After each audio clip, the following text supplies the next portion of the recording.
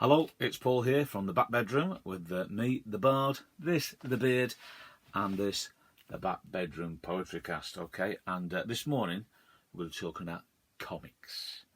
A few years ago, I say a few, it's probably 10 years ago now, I decided to do some poetry comics. And my good friend Simon Smith decided to illustrate them for us. And we did lots of things like this.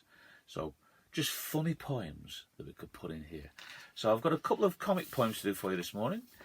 This one, we put them in here because sometimes they were rejected or not allowed to go in the books I was publishing for Macmillan and other people because the editors thought they were too rude or distasteful. This is one of those. It's called Our Teacher is a Tongue Twister. I don't mean his name's Mr. Piper and he can pick a peckle, pickle pepper. I mean he's got quite a long tongue, as you're going to find out. Our teacher's strangest feature is his tongue that's strong and long. And like a big red carpet, it unrolls. And what we like the most is when he's feeling gross, because he sticks it out and shoves it up his nose.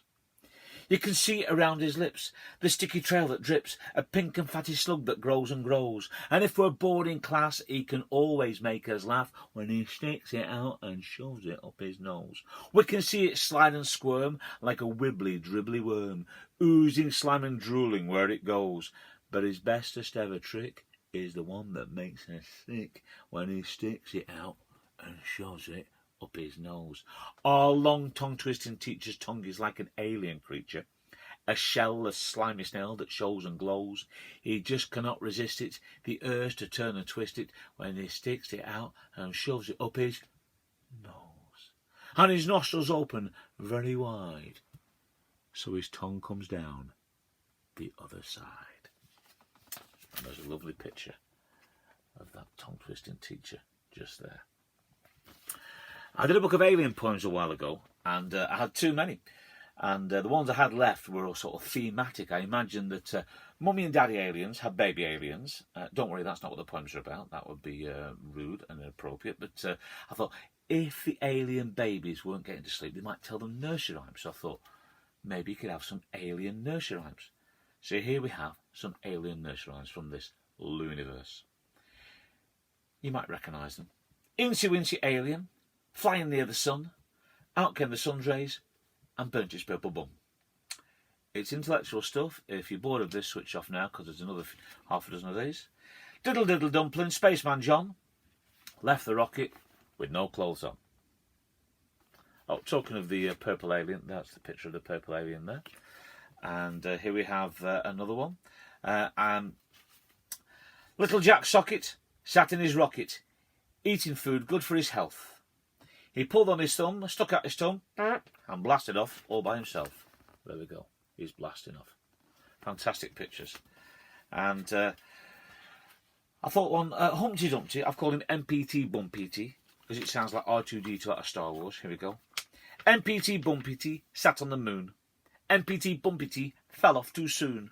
All the king's spaceships and all the king's aliens turned on their lasers and shot him. Not a very happy ending to that one, but there we are. There's the picture. Love that.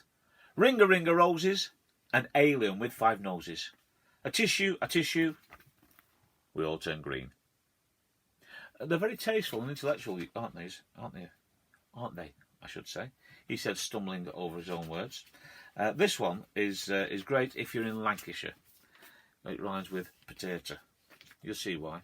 Jack and June went round moon to find a space potato. Jack fell flat, so June came back. I left him in t' crater. There we are. Or you could have Hickory Dickory Docket, because it rhymes with rocket, and I'm a professional poet. Hickory Dickory Docket, the alien sat on the rocket. The rocket ship flew up, the alien blew up. Hickory Dickory Docket. And I've got a very nice one here, actually. A very nice one called Little Bo P, because it rhymes with E.T. Little Bo P has lost E.T. and doesn't know where to find him. Leave him alone. He'll only phone home, leaving his spaceship behind him. I'll be honest, I'm still not sure why or how this one works. Instead of Bar Bar Black Sheep, I've got Zip Zap Blue Sheep. Zip Zap Blue Sheep Have you any wool? No, I'm an alien. I've got 3 heads.